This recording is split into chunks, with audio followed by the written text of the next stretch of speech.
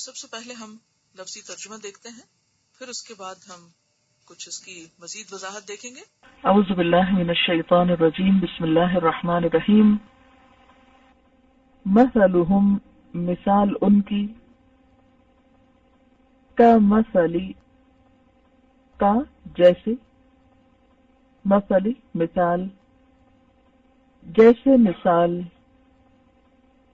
الذی اس شخص کی، استوقد جس نے روشن کی، بھڑکائی، جلائی، نارن آگ،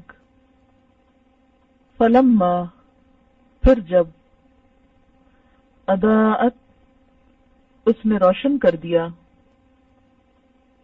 ما حولہ ماحول اپنا، ذہب اللہ لے گیا اللہ، بنورہم نور ان کا۔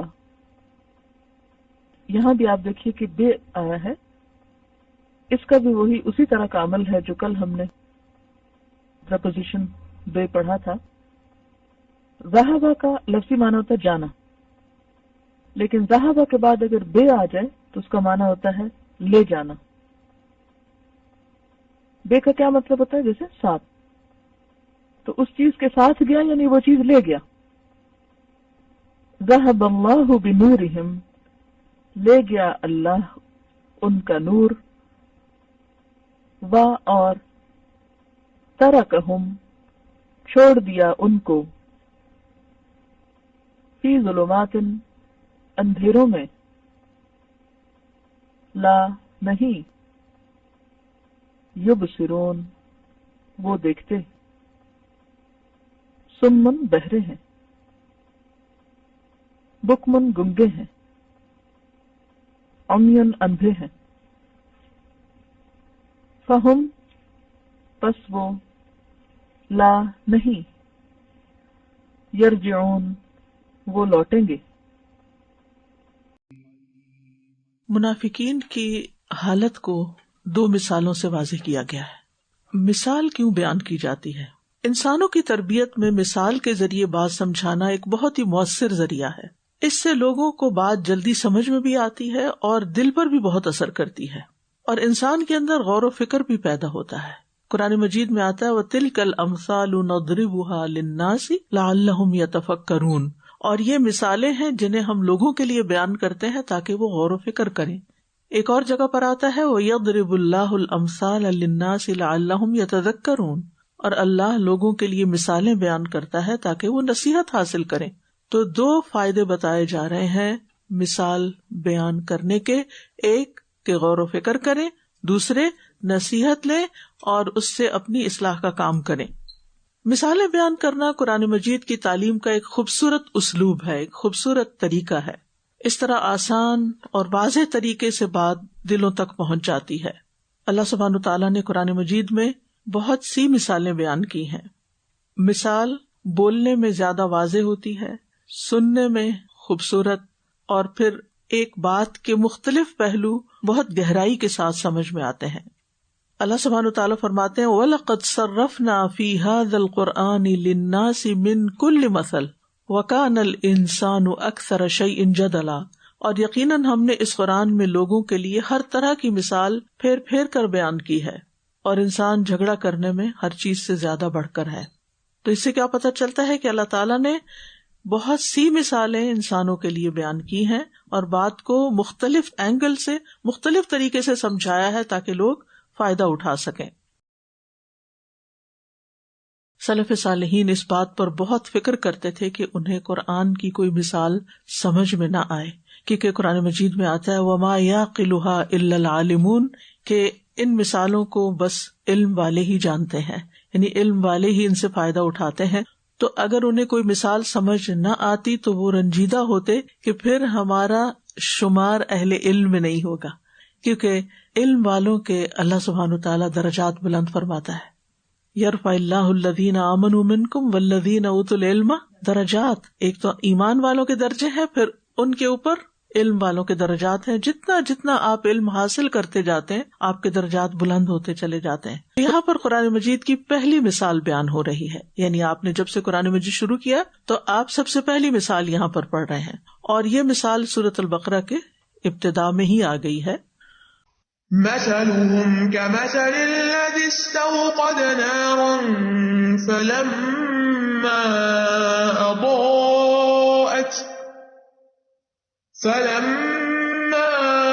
أضاءت ما حوله ذهب الله بنورهم وتركهم في ظلمات لا يبصرون. ان کی مثال اس شخص کی طرح ہے جس نے آگ جلائی, پھر جب آگ نے اس کے ماحول کو روشن کر دیا تو اللہ ان کا نور لے گیا اور انہیں اندھیروں میں چھوڑ دیا, وہ دیکھ نہیں پاتے. جیسا کہ آپ جانتے ہیں کہ قرآن مجید میں منافقین کی 2 اقسام بیان کی گئی ہیں. ایک وہ جو خالص منافق تھے, دل سے اسلام کے دشمن تھے, لیکن زبانی مسلمانوں سے ہمدردی کرتے تھے, اپنے اسلام کا اظہار کرتے تھے. دوسری قسم کے منافق وہ تھے جو نہ ہی اسلام کے پکے حامی تھے, یعنی اسلام سے ان کو کوئی بہت زیادہ دلچسپی اور محبت نہیں تھی, اور نہ ہی مخالفت کرتے تھے. ان کو اپنی دنیا سے سروکار تھا, وہ دنیا کے پیچھے ہی دوڑ رہے تھے. ایسے لوگ بس شک کا شکار رہتے, تردد کا شکار رہتے, جدھر فائدہ دیکھتے ان کی خواہشات ان کو ادھر ہی لے جاتی.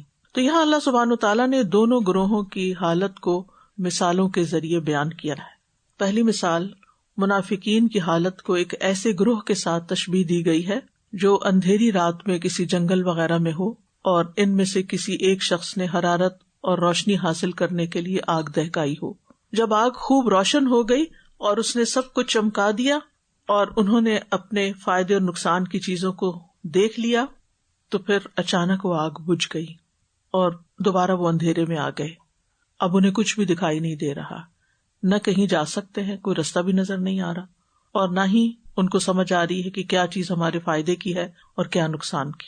ہاں, اس آگ کی حرارت باقی رہ گئی, کیونکہ آپ نے دیکھا ہوگا کہ جب آگ جلنے کے بعد بجھ جاتی ہے تو اس کا ایک سینک سا باقی رہتا ہے اس کی راکھ اور اس ایریے میں. تو یہی حال منافقین کا ہے. انہوں نے اہل ایمان سے ایمان کی آگ کی روشنی لی, کیونکہ پہلے وہ ایمان کی روشنی سے بہراور نہ تھے. وقتی طور پر آگ سے روشنی لی, کچھ فائدہ اٹھایا, اپنے جان مال کو محفوظ کیا, کچھ امن حاصل ہوا. اسی حالت میں تھے کہ موت آ گئی اور پھر سارے فائدے چھن گئے اور ان پر عذاب اور غم مسلط ہو گیا. دنیا میں جب تک رہے کفر اور نفاق کے اندھیروں نے انہیں گھیرے رکھا, اور جب مر گئے تو پھر جہنم کے اندھیرے اور قبر کے اندھیرے. تو فرمایا مثلہم کمثل الذی استوقد نارا. مثلہم ان کی مثال, کن کی؟ منافقین کی. اور مثال کہتے ہیں اس قول کو, اس بات کو جس میں کسی چیز کی حالت کو بیان کرنے کے لیے دوسری چیز کی حالت سے تشبیہ دی جاتی ہے. یعنی ایک چیز کو دوسری کے مطابق بتایا جاتا ہے, یہ دوسری کی حالت سے تشبیہ دی جاتی ہے تاکہ بات سمجھ میں آ جائے. مثلا ہم کہتے ہیں سفید, میرے پاس سفید کاغذ ہے. اب جو سامنے والا ہے اس کو سفید کا نہیں اتنا پتا کہ سفید کیا ہوتا ہے, تو آپ اس کو کسی سفید چیز کے ساتھ تشبیہ دے کے, اس کی مثال دے کے بتاتے ہیں اس پیپر کی طرح سفید, اس کی طرح سفید. کی طرح جو ہے یہ مثال کے لیے آتا ہے, ٹھیک ہے. یعنی آپ نے مثال سے سفید چیز کو واضح کر دیا, کیونکہ جو آپ کے پاس کاغذ تھا اور یہ جو ٹیشو پیپر تھا, ان دونوں میں باہم مماثلت پائی جاتی تھی, ریزمبلنس تھی, لہٰذا ایک چیز کو دوسری کے ساتھ واضح کر دیا گیا. تو مثلہم کمثل الذی, وہ شخص استوقد نارا. استوقد کا مطلب ہے اس نے آگ جلائی. وقد وقود آپ ورڈ انالیسز میں پڑھ چکے ہوں گے اس کی اوریجن کو, یعنی جس نے آگ جلائی. لیکن آگ جلائی کے لیے تو اوقدہ آتا ہے, تو استوقدہ کیوں آیا, سین اور تا کا اضافہ کیوں ہوا, اس کی کیا وجہ ہے؟ اس میں ایک تو یہ ہے کہ تاکیدی معنی کے لیے. عربی زبان کا ایک قاعدہ ہے کہ جب کسی بات کو زیادہ اہمیت کے ساتھ بیان کرنا ہوتا ہے تو اس لفظ کے اندر حروف کا اضافہ کر دیا جاتا ہے. تو اوقدہ کی بجائے استوقدہ آ گیا, خوب بھڑکائی, یعنی اچھی طرح بھڑکا دی. اور دوسرا عربی زبان میں ایک وزن ہوتا ہے باب استفعال کا. استوقدہ سین اور تا جب کسی فعل کے اندر آ جاتا ہے تو اس میں طلب کا معنی پیدا ہو جاتا ہے, یعنی کسی اور سے مطالبہ کرنا کہ وہ آگ جلا دے، یعنی وہ کوئی کام کر دے، کسی چیز کا مطالبہ کرنا. تو ایک معنی کے اعتبار سے اس نے خود آگ جلائی اور دوسرے معنی کے اعتبار سے اس نے آگ جلانے کا مطالبہ کیا. بہرحال خود جلائی یا کسی سے جلوائی، اصل چیز کیا ہے؟ آگ کا جلایا جانا. آگ جل گئی. جب آگ جلتی ہے تو کیا کچھ ہوتا ہے اس میں؟ روشنی ہوتی ہے، حرارت ہوتی ہے. ٹھیک ہے، یعنی جل کے روشنی بھی دیتی ہے اور اس کے ساتھ ساتھ تپش بھی ہوتی ہے اس میں. تو یہ شخص اندھیرے میں تھا، جنگل میں تھا، اس کو آگ کی سخت ضرورت تھی، تو اس نے کسی سے آگ لے کر یا تو آگ خود جلا لی یا پھر کسی اور کے پاس آگ تھی تو اس سے کہا کہ میرے لیے بھی تم جلا دو. منافقین شرک اور کفر کے اندھیروں میں تھے، حیران و پریشان.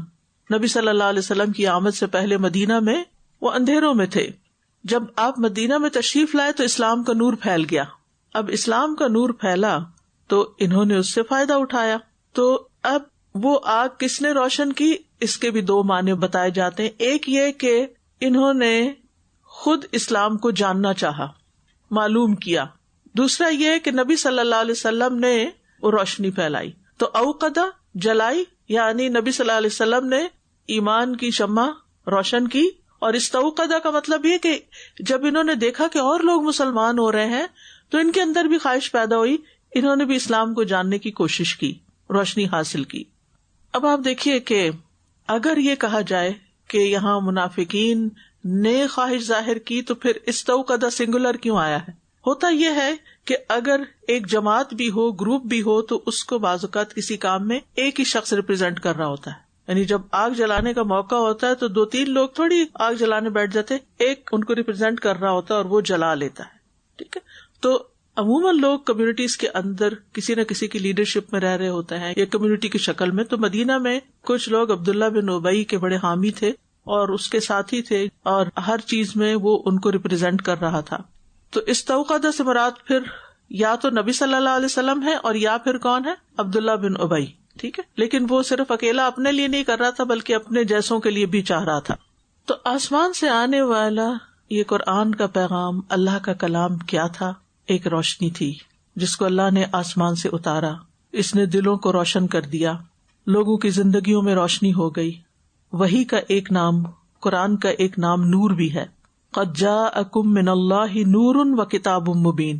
تو اسلام ایک نور ہے، قرآن ایک نور ہے جو نبی صلی اللہ علیہ وسلم لے کر آئے. ٹھیک ہے، جب آگ روشن ہوئی تو یہ نور پھیل گیا، یعنی اسلام کے آنے کے بعد یہ روشنی پھیلی.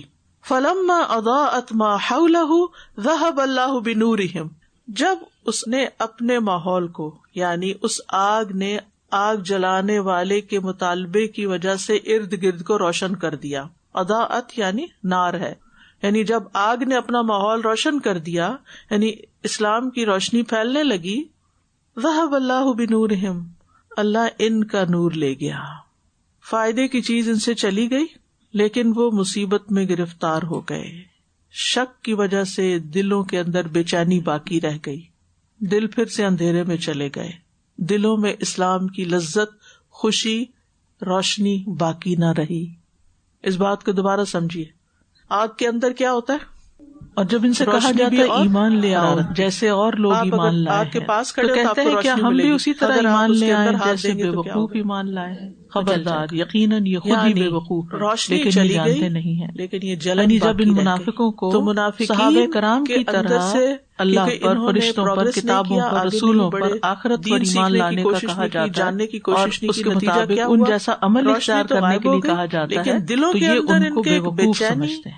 اذا قیل لهم آمنوا كما آمن الناس. آمن الناس سے مراد الناس سے مراد یہ سچے مومن کی چیز چلی گئی، مہاجرین و انصار، ان کو فالو کرو. نہیں اٹھایا تو کیا کہتے ہیں؟ نبی صلی اللہ علیہ وسلم کی مجلس میں حاضر ہوتے، بے وقوفوں کی طرح حاضر ہوتے بھی تھے. سفہاء سفیہ کی جمع ہے، سفیہ کہتے ہیں جاہل احمق کہ سمجھتے کچھ نہیں تھے، عقل کی توجہ نہیں ہوتی تھی، ان کی دلچسپی نہیں ہوتی تھی، علمی اعتبار سے ادھر ادھر دیکھتے رہتے تھے، اس کو سفیہ کہا جاتا ہے. جب باہر نکلتے تھے تو کہتے تھے کہ یہ آج کیا بتایا انہوں نے، آج کیا نازل ہوا ہے. ان کو صرف اپنی دنیا سے مطلب تھا، ان کے دل پر دنیا اتنی چھائی ہوئی تھی کہ ان کی حقیقی دلچسپی اور محبت دنیا سے تھی. اسلام کا ٹیگ انہوں نے صرف اپنے تحفظ کے لیے لگا لیا تھا، یا مسلمان ہو کے دیکھا دیکھی، وہ خود باطل پر چل پڑا، چلو تم ادھر کو،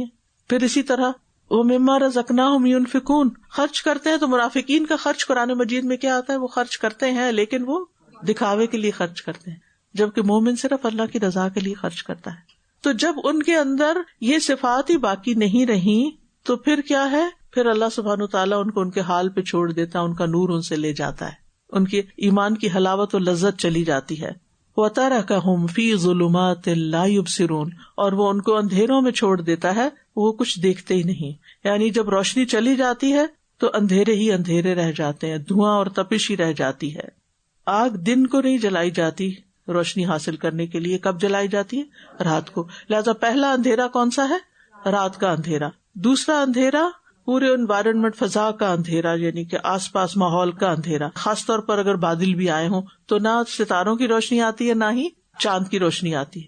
اور تیسرا وہ اندھیرا جو اس روشنی کے جانے کے بعد یکا یک پیدا ہوتا ہے. اگر لائٹ جاتی ہے تو کیا ہوتا ہے؟ ایسے لگتا ہے ہر چیز ڈارک ہوگی، پھر تھوڑی دیر کے بعد وہ ونڈو سے اگر پردہ ہٹا ہوا ہے تو تھوڑی سی روشنی آنے لگتی ہے، کوئی ادھر سے کوئی ادھر سے، تھوڑا پتہ چلنے لگتا ہے. تو ظلمات کیوں کہا گیا؟ کہ کئی اندھیرے تھے، یعنی آگ بجھ جانے سے روشنی کا جو بھی سورس تھا وہ سب ختم ہو گیا. منافق کا بھی یہی حال ہوتا ہے، جب دل سے ایمان کی حلاوت لذت چلی جاتی ہے تو پھر دنیا میں وہ کفر، شرک اور نفاق کے اندھیروں میں بھٹکتا ہے، اور آخرت میں قبر کے اندھیرے اور اس کا عذاب، اور پھر قیامت کے دن، حشر کے دن بھی کیا ہوگا؟ اندھیروں میں ہوگا. اور یاد رکھیے قرآن مجید میں جتنی بار نور کے مقابلے میں اندھیرے کا لفظ آیا ہے، جمعی آیا ہے. نور کے مقابلے میں ظلمات آتا ہے. اس کے برعکس مومن کا حال کیا ہوتا ہے جو سورۃ الانعام میں بتایا گیا، اَوَ مَنْ كَانَ مَيْتًا فَأَحْيَيْنَاهُ وَجَعَلْنَا لَهُ نُورًا يَمْشِي بِهِ فِي النَّاسِ. کیا بھلا وہ جو مردہ تھا پھر ہم نے اسے زندہ کیا اور ہم نے اس کے لیے ایک نور بنا دیا جس کے ساتھ وہ لوگوں کے درمیان چلتا ہے. یہ مومن کا حال ہوتا ہے منافق کے برعکس، جبکہ منافق کا نور چھن جاتا ہے. تو یاد رکھیے کہ منافق کے لیے دنیا میں بھی اندھیرے ہیں اور آخرت میں بھی اندھیرے ہیں. دنیا میں جہالت کا اندھیرا ہے، کفر کا اندھیرا ہے، گناہوں کا اندھیرا ہے، کیونکہ گناہ بھی دل پہ کیا کرتے ہیں؟ اندھیرے لاتے ہیں. ایک گناہ سے ایک بلیک ڈاٹ لگتا ہے، پھر اور آ جاتا ہے، پھر اور توبہ نہیں کرتا انسان، لہٰذا سارا دل سیاہ ہو جاتا ہے. اور ان تین اندھیروں کے مقابلے میں مومن کے لیے تین نور ہیں. سب سے پہلے جہالت کے مقابلے میں علم کا نور. وہ مسلسل علم کا چراغ جلائے رکھتا ہے، وہ اس کو بجھنے نہیں دیتا، کیونکہ اس کو معلوم ہے کہ یہ میری لائف لائن ہے، یہ میری آکسیجن ہے. اگر یہ کٹ گئی تو کیا ہوگا؟ میں مر جاؤں گا، میرا اس کے بغیر گزارا نہیں، مجھے سانس نہیں آتا اس کے بغیر. تو جو مومن ہوتا ہے، متقی ہوتا ہے، علم کو مزید حاصل کرتے رہنا اس کی پرائرٹیز میں سے ہوتا ہے. وہ اس کو کبھی بھی اپنے سے الگ نہیں کرتا. ہمیں کیا کہا گیا؟ کب سے کب تک سیکھو؟ مہد سے لے کے لحد تک، پنگوڑے سے لے کر قبر تک. اور اسی لیے مختلف لوگوں کے جب ہم حالات پڑھتے ہیں، صراط الذین انعمت علیہم، جن پر اللہ نے انعام کیا، کہ کس طرح وہ اپنے مرض الموت میں بھی سیکھ اور سکھا رہے ہوتے ہیں. انسان حیران ہوتا ہے کہ یہ دنیا سے جا رہے ہیں اور ابھی بھی ان کو سیکھنے کا شوق ہے. اب کیا کریں گے سیکھ؟ ہم تو کہتے ہیں نا اب تو بوڑھے ہو گئے، اب کیا سیکھنا. نہیں، اسلام میں بوڑھا ہونا کوئی عذر نہیں ہے کہ انسان جاہل بیٹھا رہے. کوئی بھی زندگی کی سٹیج ہے، کہیں پر بھی ہے، سیکھتے رہیے، سیکھتے رہیے. کیونکہ ان ھذا صراطی مستقیما فاتبعوہ، یہ سیدھا راستہ، اس کی پیروی کرو. وہ کب ہوگی؟ جب روشنی ہوگی، ورنہ کیا ہوگا؟ بیٹھ جائیں گے. تو لا یبصرون، یہ دیکھتے نہیں، یعنی جب اتنے اندھیرے ہو جائیں تو پھر انسان ہدایت کو دیکھ نہیں سکتا. صم بکم عمی فہم لا یرجعون، بہرے ہیں، گنگے ہیں، اندھے ہیں، یہ واپس نہیں لوٹیں گے. یہاں منافقین کی مزید 3 صفات بتائی گئی ہیں، اور وہ کیا ہیں؟ کہ نہ حق سنتے ہیں، نہ بولتے ہیں، نہ دیکھتے ہیں. سم کی جمع ہے، ایسے شخص کو کہتے ہیں جو سن نہیں سکتا، یعنی حصی طور پر تو سنتے ہیں لیکن حق کی بات نہیں سنتے، خیر کی بات نہیں سن پاتے، اس سے ان کو کوئی دلچسپی نہیں. یعنی منافق قرآن سنتے تھے لیکن اس سے فائدہ نہیں اٹھاتے تھے. ٹھیک ہے، تو وہ پھر سنی انسنی ہوگی نا، بہرے لوگوں کی طرح ہو گئے. یعنی جب کسی خیر کی بات کا ذکر کیا جاتا تو یہ بہرے بن جاتے ہیں، گویا انہوں نے سنا ہی نہ ہو. صدقے کی آیات آتی ہیں، جہاد کی آیات آتی ہیں، یا پھر نماز کے بارے میں بات ہوتی تو سنی انسنی کر دیتے تھے. بکمن ایسا شخص بول نہیں سکتا، یعنی زبان پہ ایسی آفت کا آنا کہ انسان کا بولنا رک جائے. کچھ جیسے فالج وغیرہ گر جاتا ہے تو حصی طور پہ نہیں بول سکتے، لیکن یہاں یعنی حق بات کی تائید بھی نہیں کرتے، آگے سے یس بھی نہیں کہتے، ہاں بھی نہیں کہتے، اظہار ہی نہیں کرتے، گویا سنا ہی نہیں کچھ. کیونکہ جو سن نہیں سکتا پھر وہ بول بھی نہیں سکتا. اومیون، دیکھتے بھی نہیں. اب آپ سوچئے، جو شخص نہ سنتا ہو، نہ دیکھتا ہو، نہ بولتا ہو، پھر وہ کیا ہوگا؟ بت کا بت، یعنی حق دیکھنے سے اندھے ہیں ان کو اللہ تعالیٰ کی کائنات میں نشانیاں نظر نہیں آتی، قرآن کے اندر نشانیاں نظر نہیں آتی. فہم لا یرجون، لہٰذا وہ ہدایت کی طرف نہیں پلٹیں گے. اس آیت کو پڑھ کے اتنا ڈر لگتا ہے کہ بعض اوقات ہم بچوں کو کوئی دین کی بات بتاتے ہیں نا، آپ ان کو ایک نصیحت 100 دفعہ کرتے ہیں، بیٹا دیکھو یہ نماز کی ٹائم کی پابندی کرو، یہ کرو وہ کرو، کس طرح ریئیکٹ کرتے ہیں؟ گویا سنا ہی نہیں. آگے سے نہ ہاں کرتے ہیں نہ کرتے، اور آپ سے آنکھیں بھی نہیں ملاتے، دیکھتے بھی نہیں. اگر آپ ان سے کہتے ہیں کوئی کلاس جوائن کر لو، کچھ خود پڑھ لو، کچھ سنو، کچھ کرو، کوئی دلچسپی نہیں. جب نہ سننا ہے، نہ پڑھنا ہے، نہ بولنا ہے، تو پھر فہم لا یرجعون، وہ دین کی طرف واپس نہیں آ سکتے. لہٰذا جب ہم یہ چاہتے ہیں کہ ہمارے بچے دین میں آئیں تو یہ 3 کام کروانے ہوں گے، نو میٹر واٹ، جو بھی طریقہ ہو. حق بات سننے کا انتظام کریں، چھوٹے ہوتے سے ہی پکڑ لیں، حق کہلوائیں ان کے منہ سے. صرف ون سائیڈڈ لیکچر نہیں ہونا چاہیے، انٹریکٹیو کنورسیشن، کمیونیکیشن، 2 طرفہ بات، پتہ چلے کیا سمجھا ہے. اور پھر اللہ کی نشانیاں دکھایا کریں. کھانے کی میز پر بیٹھے، اسے ضروری نہیں کہ ہر وقت کلاس سیٹ اپ بنا کے ان کو آپ لیکچرنگ کریں، نہیں، کھانے کی ٹیبل پہ بیٹھے کوئی بھی چیز اٹھا لیں کھانے کی، اس میں پہلے آپ خود یا تو اسٹڈی کر لیں یا پھر غور و فکر کر کے جو آپ کے دل پہ چیز اتری ہے وہ آپ ان کو بھی دکھائیں کہ کس نے بنایا ہے، تاکہ ان کے دل کے اندر سے شک نکلے. آج کے دور کے بہت بڑا المیہ ہے کہ دین کے بارے میں شک ڈال دیا گیا، کیونکہ جن یونیورسٹیز اور جن جگہوں پہ جاتے ہیں وہاں پر مادیت، مٹیریلزم اتنا ہے کہ اس کے بیانڈ کے جو چیزیں سامنے دکھتی نظر آتی ہیں اس کے علاوہ کوئی چیز شاید حقیقت ہی نہیں، کیونکہ یؤمنون بالغیب ہی ختم ہو گیا ہے، وہیں شک آ گیا ہے. تو منافق کو حق فائدہ نہیں دیتا، وہ دل کا اندھا ہوتا ہے، آنکھیں اور کان ہوتے ہوئے بھی فائدہ نہیں اٹھاتا. لہٰذا قیامت کے دن اس پر حسرت ہوگی. اللہ سبحانہ تعالیٰ اس سے محفوظ رکھے. تو انشاءاللہ اس مثال سے آپ کو بات اچھی طرح سمجھ آ جائے گی